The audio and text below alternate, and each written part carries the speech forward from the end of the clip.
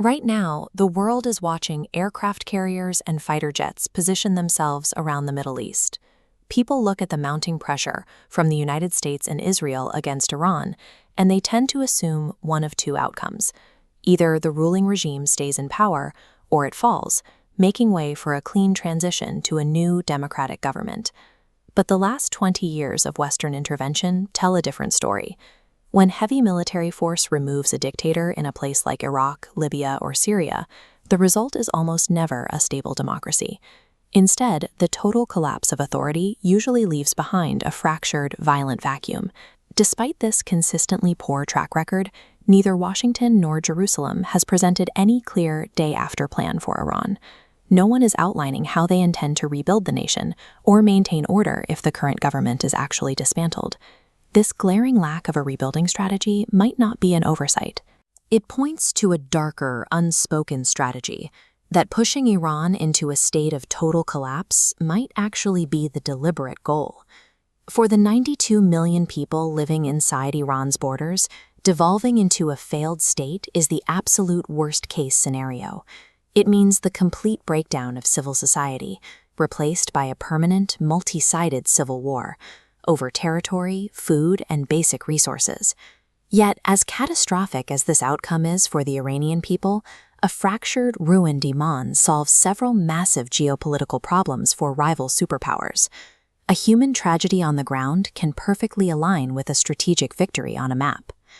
To understand the math here, we have to look at the minimum acceptable objectives for the nations leading the pressure campaign. For both the US and Israel, the absolute baseline goal is permanently neutralizing the Iranian threat. They need to ensure Iran can never project power across the Middle East again. Iran holds massive reserves of oil, natural gas, and highly strategic coastline. If the United States cannot safely install a friendly government to control those assets, the cold logic of geopolitics dictates a scorched earth approach. Destroy the central state so that rivals like Russia and China cannot claim those resources either. A collapsed government also instantly solves a regional security problem. If Tehran falls, you immediately sever the financial pipelines and command structures that sustain militant proxy groups across the Middle East, like the Houthis in Yemen. The Houthis are a Zaidi Shia political and militant group that relies heavily on Iranian backing to operate. There are secondary economic benefits too. A fragmented, unstable landmass where Iran used to be creates a permanent state of anxiety for neighboring Gulf states. Panicked neighbors look for security guarantees, which justifies massive, highly lucrative surges in American arms sales to the region. You also have to factor in the governing philosophies of key Western leaders. Modern political capital is rarely built on the tedious, decade-spanning reality of post-war nation-building. Delivering a decisive, destructive military blow offers clean optics and projects strength without the messy obligations of an occupation. In a geopolitical boardroom, an aggressive, unified Iran is a constant, evolving danger. A directionless Iran, consumed entirely by fighting itself, becomes a thoroughly manageable, self-contained problem. But boardroom theory ignores ground-level reality. When the ruling structure of a 92 million-person state evaporates, the vacuum does not sit empty. It violently fractures. A collapse immediately triggers border fragmentation. Separatist populations like the Kurds in the northwest and Baloch in the southeast instantly claim autonomy. Simultaneously, Revolutionary Guard commanders carve out militarized fiefdoms around Tehran. Opportunistic neighbors like Turkey, Azerbaijan, and Pakistan cross borders to seize buffer zones. Finally, the total lack of law enforcement creates a perfect haven for disruptors. Transnational organized crime syndicates and global jihadist franchises like ISIS-K would rush in to exploit the ungoverned space. ISIS-K is a brutal regional offshoot of the Islamic State militant group operating in Central and South Asia. These aren't disorganized crowds throwing rocks. We are talking about heavily armed, battle-hardened, and highly disciplined factions that already possess the hardware and local loyalty required to capture and hold real territory.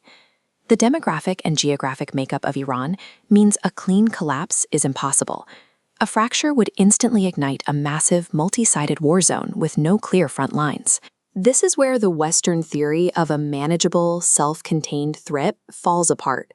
The strategy overlooks the physical reality of Iran's massive internal population compared to any previous regime change target. This chart shows the pre-war populations of Libya and Syria compared to Iran. In recent civil wars, we've seen roughly 15 to 33% of a country's population flee. Apply that same flight rate to Iran's staggering 92 million citizens. You are looking at 13 to 14 million desperate refugees suddenly streaming across borders in every direction.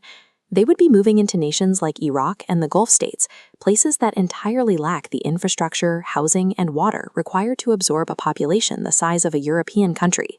A demographic collapse of this magnitude cannot be quarantined. The sheer volume of displaced people makes it inevitable that the crisis will spill over, destabilizing neighboring countries and triggering a global humanitarian panic. Beyond the movement of people, there is the movement of hardware. Dissolving the central government means erasing the chain of command that tightly controls Iran's vast, highly advanced military arsenal. Overnight, hundreds of thousands of long-range attack drones, ballistic missiles, and potentially enriched uranium would be up for grabs. That technology would scatter into the hands of competing regional warlords and highly motivated black market smugglers. These newly armed, totally unaccountable factions wouldn't need to conquer foreign capitals to inflict damage. They could paralyze the global economy simply by launching intermittent, untraceable strikes on critical shipping lanes like the Strait of Hormuz. The Strait of Hormuz is a narrow ocean choke point where a massive percentage of the world's traded oil passes every single day. And the longer the fighting drags on, the worse the actors become.